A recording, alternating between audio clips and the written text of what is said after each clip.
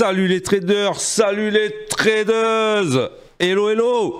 Allez, Nasdaq, pétrole, gold, je suis à la bourre. Oui, pourquoi? Parce que c'est la deuxième fois que j'enregistre cette vidéo. L'ordi m'a planté juste à la fin de l'enregistrement de... Bon, je vais aller un peu plus vite, mais ça va être, j'espère, très clair. Alors, déjà, je vais commencer par le pétrole. Pourquoi le pétrole? Parce que ça a été notre premier trade hier dans le live trading, le pétrole. C'était quoi C'était quoi l'analyse et le plan hier? C'était cette grosse, énorme oblique. Et oui. Alors, la différence qu'entre un analyste et un trader, c'est qu'un analyste, il analyse. Un trader, il doit mettre en corrélation son trading avec son plan de trading qui sort de l'analyse. C'est ça qui est difficile en trading. C'est exécuter les plans de son analyse en fait. C'est ça qui est difficile. Et donc, nous, on a patienté. Alors, vous savez que mes lives, ils commencent juste après cette vidéo, à 8h45. Jusqu'à midi et demi, des fois un peu plus, voilà. Mais là, le premier trade qu'on a pris, je vais vous le montrer, il était ici, il était à midi.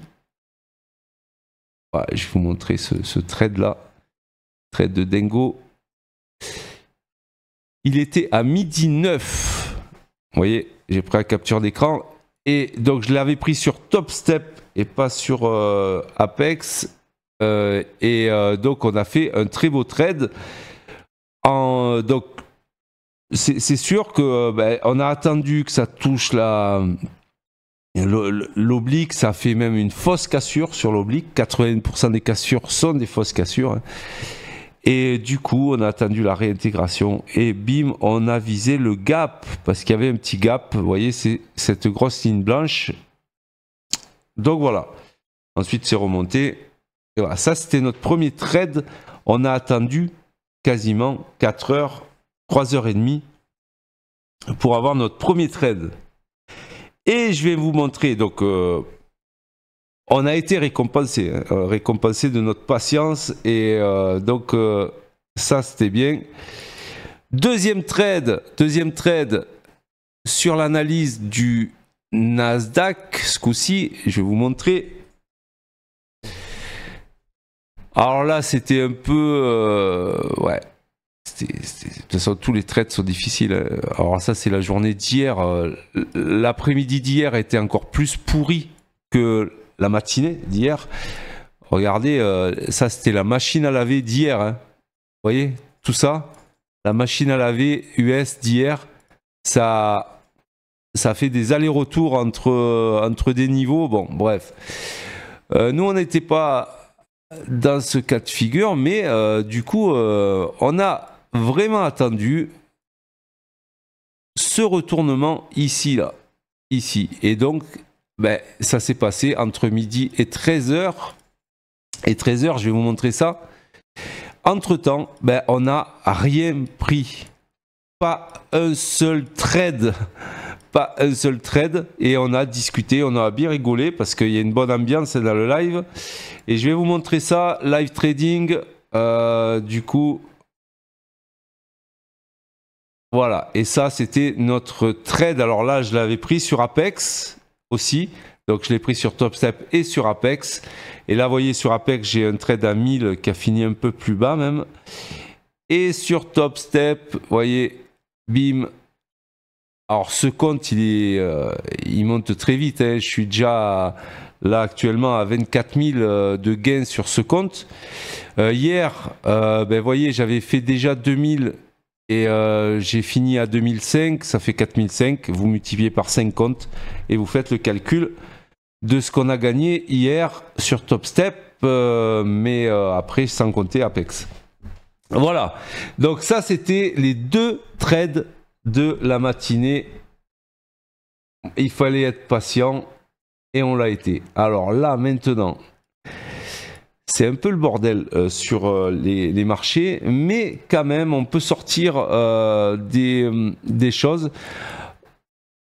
Alors, il faut toujours se rappeler que en weekly, on est très haussier et qu'on a des zones d'achat sous nos pieds.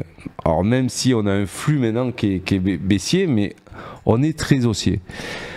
En daily, on voit qu'on commence à avoir des mèches, on commence à avoir des zones importantes qui reprennent. Vous voyez, on a des zones acheteuses qui reprennent comme ça. Bon, c'est pas encore clair, mais bon, ça bute. On l'a bien vu hier sur la machine à laver, hier US. On a buté ici, vous voyez ce gros niveau rouge. Ici, c'est le plus bas mensuel du mois dernier. C'est un niveau hyper important. Donc, quand nous, on a pris le trade, on n'est pas allé jusqu'en bas, on a coupé un peu avant. Mais c'est allé jusqu'au plus bas mensuel. Et du coup, là, ça a fait un range toute l'après-midi entre le plus bas mensuel et l'open. Open, plus bas mensuel. Plus bas mensuel, open. Oui.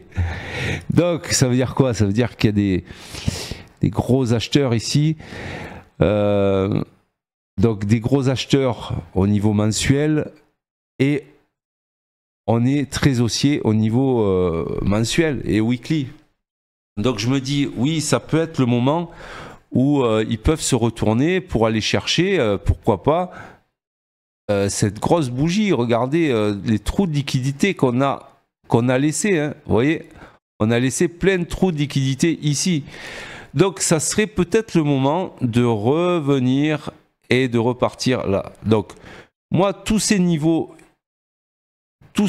là, tous ces niveaux bas, ben, sur XC, je les achète. Là, on est actuellement dans la zone blanche. C'est l'initial balance, c'est asiatique. Hein, c'est la première heure de cotation asiatique.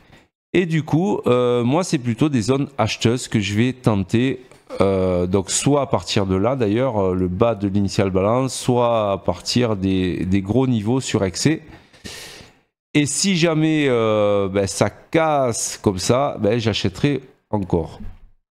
Voilà, donc je me donne une priorité à l'achat dans un mouvement quand même qui est baissier. Donc ça va être avec des confirmations quand même. Il va falloir des confirmations sur excès avec des retournements sur niveau en fait, comme ça s'est passé hier après-midi. Vous voyez ? Voilà mon plan, et si j'ai la chance que ça parte, alors peut-être pas ce matin, je ne sais rien, ben je laisserai courir parce que je trouve qu'il y a beaucoup plus de potentiel à l'achat qu'à la vente. Voilà, sur le Nasdaq, allez, on va aller sur le gold, et puis je vais en terminer là.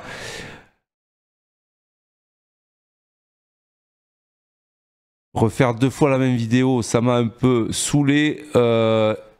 Et du coup, allez, weekly, regardez-moi. Alors là, on est sur une zone d'achat énorme. Nous, sur notre Senjoku national. Voilà, là, regardez, ça c'est une grosse zone d'achat. Hein.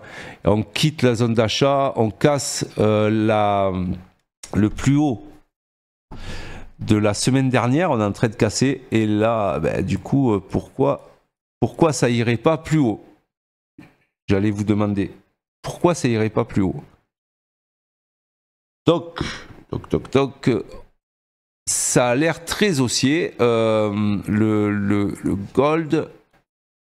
Alors attention, il faut que ça maintienne la pression au-dessus de l'open. Hein. Toujours, moi, c'est mon repère absolu, l'open de la journée. Tant que la bougie daily est verte et qu'on est dans un mouvement haussier, ok, il n'y a pas de signaux faibles, on va dire. Mais voilà, donc il faut pas que ça revienne. Si ça revient, ben, on va tendre les niveaux bas.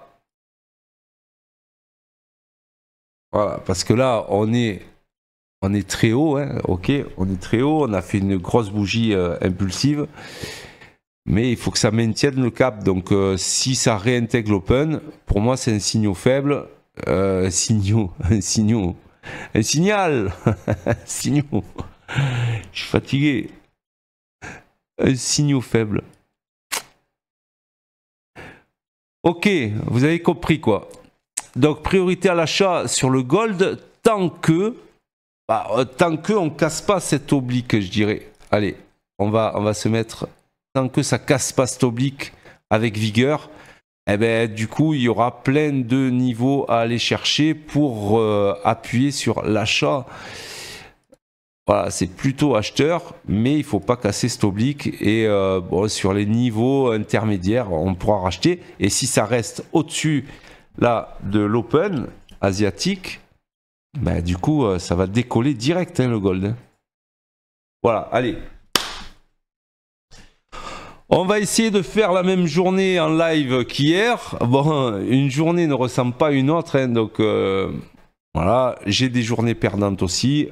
Ce compte-là, il monte bien. Je suis déjà à 27 000 de gains sur ce compte. Alors j'en ai 5.